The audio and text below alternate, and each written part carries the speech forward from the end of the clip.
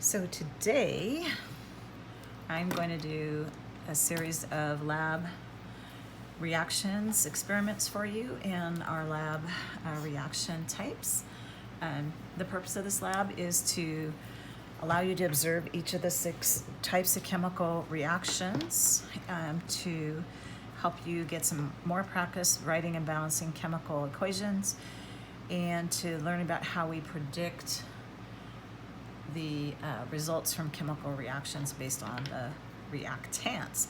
Lots of equipments and different chemicals are involved for this lab, and I'll go through each of them with each of the 9 different reactions. Just a little background information. As you already know, there's 6 basic types of chemical reactions. We've already gone through those, their basic format, how to balance them. You've had some practice with that already. Look back at your notes or pages 330 to 339 in your textbook. A new concept for our class anyway is talking about whether a reaction is endo or exothermic. Every reactant, whatever it is, has some energy stored in the bonds between the atoms inside of the molecules. Every chemical reaction requires a little push to get going, a little energy input to get things bouncing around and break things apart. And every product in the chemical reaction has energy stored in its chemical bonds. The energy that you need to get a chemical reaction started is what's called the activation energy. It's always just a little bit more than what's in the products. Catalysts are chemicals that help us lower that energy required, and they don't ever become part of the product, and they're not technically really part of the reactants. They can be recovered and used over and over again. Platinum's a really common one. The energy situation is a little more complex. Remember, there's some energy in the reactants and there's always some energy in the products. The difference between them, the net change from beginning to end, is what determines whether something's endo or exothermic. When products have more energy, they have to absorb that than the reactants. They have to absorb that energy from somewhere, and it comes from the environment. You're part of the environment, you're not part of the system of the reaction. And so you're gonna perceive them as getting cool or cold because they're literally taking the energy out of you. They'll also take it out of the environment.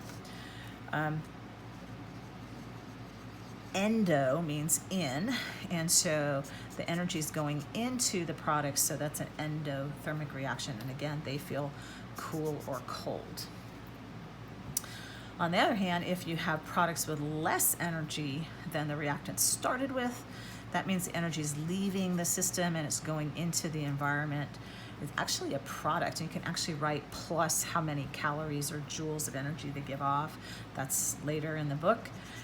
Exo means to exit, so the energy is actually leaving, it's going out, and you'll perceive that as being warmer or hotter.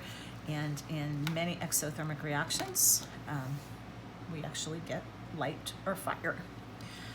Another important consideration for when you're talking about chemical reactions is concentration. That can tell you how fast a reaction is going to go. More concentration, more reactants is going to make it go faster, for example.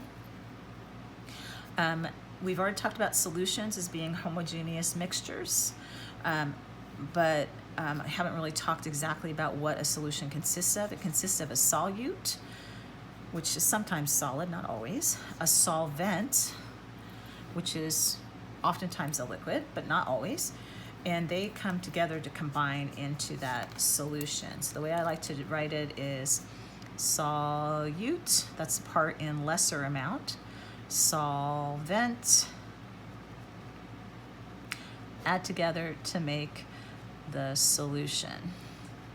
Okay, so it could be air is technically a solution. It's a homogeneous mixture of mostly nitrogen and oxygen. Oxygen's the lower amount, it would be the solute. Nitrogen would be the greater amount, 78% of the atmosphere, so that's the solvent. kind of a weird way to think about it. Same thing with alloys. The metal that's in lesser amount would be called the solute, and the one in greater amount would be the solvent. But most of the time we talk about it with liquids. And most of the time, of course, water is the universal solvent.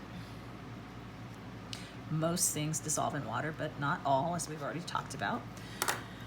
All right, some other ways that we talk about concentration is percent concentration.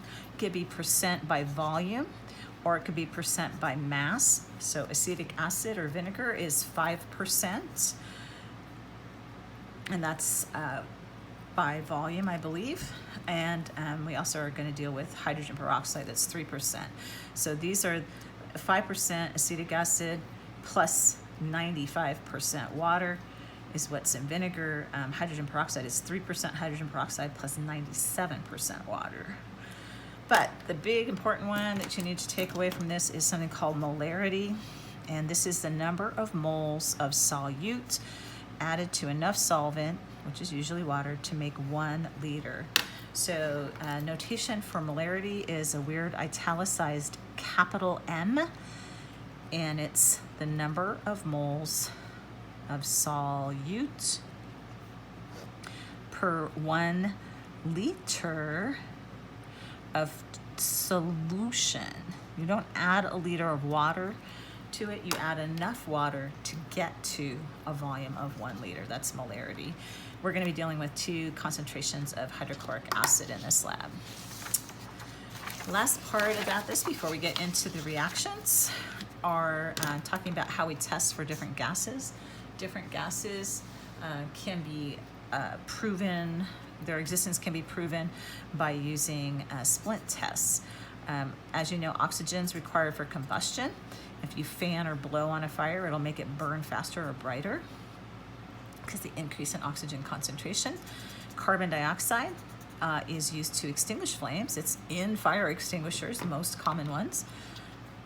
It actually is denser than air, and it'll push away the oxygen and prevent the oxygen from contacting the fuel. And then finally, hydrogen, we've used this a couple times already, reacts with the oxygen in the air explosively and makes that whoop noise, which of course on large scale is used in rocket fuel.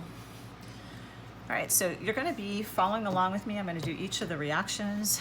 You're going to complete and balance the chemical reaction equations, make some predictions on products, fill out what type of reaction you believe it to be. Unfortunately, I'm going to be performing it, but you're going to write down the observations. You're going to circle if you predict a gas is being performed or produced. You're also going to circle whether you perceive it to be endothermic, exothermic, or you can't tell. Sometimes you really can't tell, especially on a small scale like what we use. So endo is going to feel cooler, exo is going to feel warmer. And then if there's a gas produced, you're going to fill in what type of splint to use. So for oxygen, we're going to use a glowing splint, and it may relight if you're lucky, or at least it will glow brighter. Carbon dioxide will, using a lit splint, will extinguish it, put it out. And with hydrogen, a lit splint will make a little mini explosion in our test tubes. It makes the whoop noise or a pop. Just depends on how lucky we get. All right, so reaction number 1, you're going to put the 2 reactants.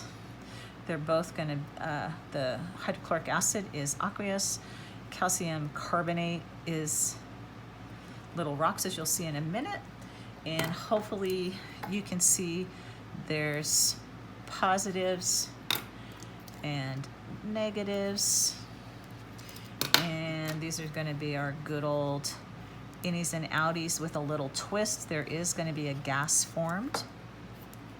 So right off the bat, I'm going to tell you that that gas is carbon dioxide. So back here, if we put a lit splint in, it should extinguish. So hopefully you can write that down. and then the leftovers go together.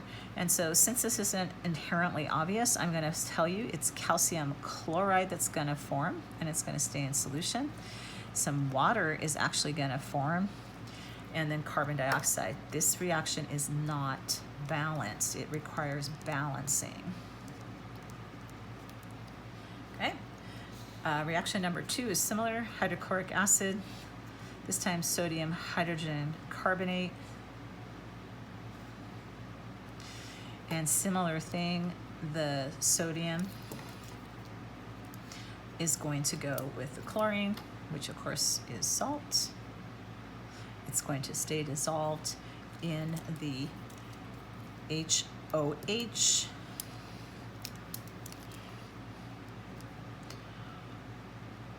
So 2 hydrogens and 1 oxygen are going to combine to make water. And again, we're going to get some carbon dioxide gas. So again, we're going to test it with a lit splint, and you can watch the reaction to determine whether it's endothermic, exothermic, or you can't tell. I'm going to do 2 more and get you set up with them. The third reaction is H2O2, hydrogen peroxide. Again, it's 3%. And this is going to fall apart. And we're going to use manganese dioxide as a catalyst.